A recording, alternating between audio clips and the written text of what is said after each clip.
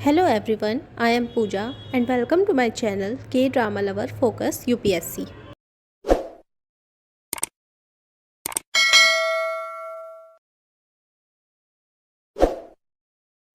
आज की इस वीडियो में हम बात करने वाले हैं एडवेंट ऑफ यूरोपियंस की।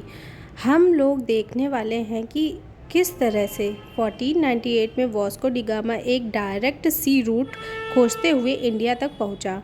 इस डायरेक्ट सी रूट की डिस्कवरी को एक लैंडमार्क डिस्कवरी के रूप में देखा जा सकता है और माना जा सकता है कि यही वो रीज़न था जिसकी वजह से आगे चलकर इंडिया कोलोनाइज हुआ।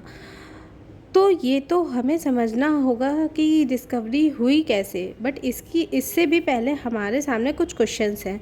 क्वेश्चंस ये हैं कि यूरोप से इंडिया जाने का ये एकमात्र रास्ता थोड़े ना है।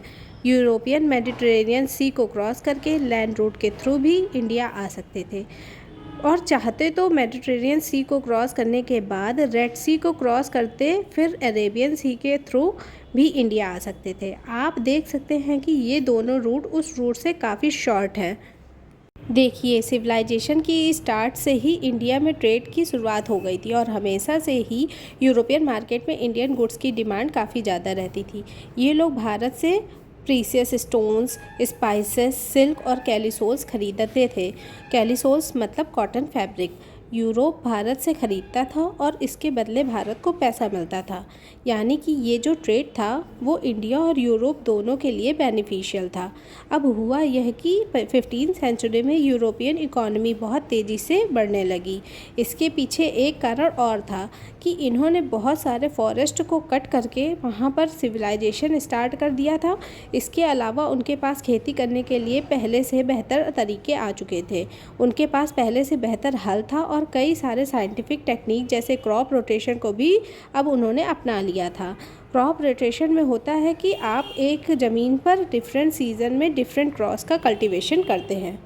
इससे सॉइल की फर्टिलिटी इन्हेंस होती है। क्रॉप रोटेशन सिस्टम में फॉरेस्ट क्रॉप्स जैसे लगूम्स और ग्रासेस को इंक्लूड करते हैं और इसे कैटल के चारे के रूप में प्रयोग किया जाता है। इससे सीप्स एंड कैटल की हेल्थ भी इम्प्रूव होती है और इससे वो ईज़िली मेंबर्स में भी ग्रो करते हैं।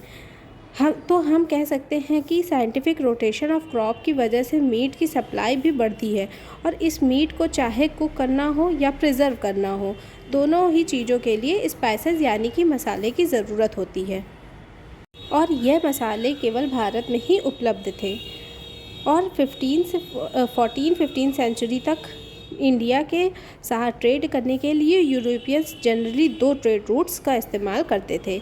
ये दोनों ही ट्रेड रूट मेडिटेरेनियन सी के साथ कनेक्टेड थे। पहले रूट को आप लैंड रूट कह सकते हैं। ये पास होता था इराक, ईरान और अफ़गानिस्तान से और सेकंड रूट पास होता था इजिप्ट, रेड सी और अरेबियन सी से। पर प्रॉब्लम ये थी कि ये जो तुर्की वाला रीजन है, इस पर ऑटोमन तुर्क जो थे वो 1450s के बाद बहुत ही ज़्यादा पावरफुल होने लगे थे और उन्होंने 1453 में कंस्टेंटिनोपल को जीत लिया था और इसके बाद बहुत तेज़ी से एक्सपेंड करने लगे थे। और आप देख सकते हैं कि 15वीं सेंचुरी के एंड होते होते सिचुएशन में ये हो गई थी कि ये दोनों ट्रेड रूट्स ऑटोमन तुर्क के कंट्रोल में आ चुके थे और प्रॉब्लम ये थी कि ऑटोमन तुर्क और यूरोपियन के संबंध अच्छे नहीं थे। इनफैक्ट कह सकते हैं कि ये दोनों एक दूसरे के एनिमीज़ थे और इसलिए हम लोग कह सकते हैं कि 1453 को वो साल है जब ऑटोमन तुर्क्स ने कॉन्स्टेंटिनोपल को जीता और उसके बाद यूरोपियन और इंडिया जाने के लिए ट्रेड रूट से वो कट गए थे। इसलिए डायरेक्ट सी रूट की ज़रूरत थी जिसे यूरोपियंस इंडिया तक पहुंच सके। यानी अब अरब सागर यूरोपियन को इंडियन सी तक पहुंचना हो तो उन्हें अफ्रीकन कंटिनेंट के बिल्कुल नीचे से घूमकर जाना होगा और ये बहुत मुश्किल है क्योंकि ये भी नहीं पता था इन्हें कि अफ्रीकन कंटिनेंट का सदर्न मोस्ट पॉइंट कहाँ है। मुश्किल था पर इम्पॉसिबल नहीं था। उस समय पानी के बड़े बड़े जहाज़ चलने लगे थे और इसके अलावा नॉटिकल इंस्ट्रूमेंट्स में भी काफ़ी सारे साइंटिफिक इन्वेंट हो चुके थे। कंपास एंड एस्ट्रोलोब की मदद से नेविगेशन सेफ माना जाने लगा था।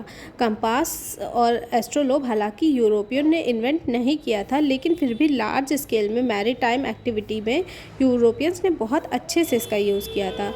तो ये जो मिशन है यूरोप से इंडिया तक डायरेक्ट सी रूट को खोजना, इस मिशन में यूरोप के 2 देश लीड कर रहे थे, एक स्पेन और दूसरा पुर्तगाल।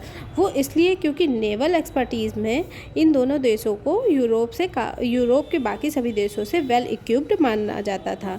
ये दोनों देश कंपटीशन कर रहे थे कि डायरेक्ट सी रूट कौन पहले खोज लेगा, लेकिन क्योंकि तब हमें ये नहीं पता था कि नॉर्थ अमेरिका और साउथ अमेरिका जैसे भी कोई कॉन्टिनेंट हैं और ये 2 कॉन्टिनेंट एग्जिस्ट करते भी हैं कि नहीं, इसलिए world western most point canary island को समझते थे, जो कि अफ्रीकन कॉन्टिनेंट में है। फिर हम आगे देखेंगे कि पुर्तगालियों का आगमन भारत में कैसे हुआ। तो मिलते हैं नेक्स्ट वीडियो में। Thank you so much.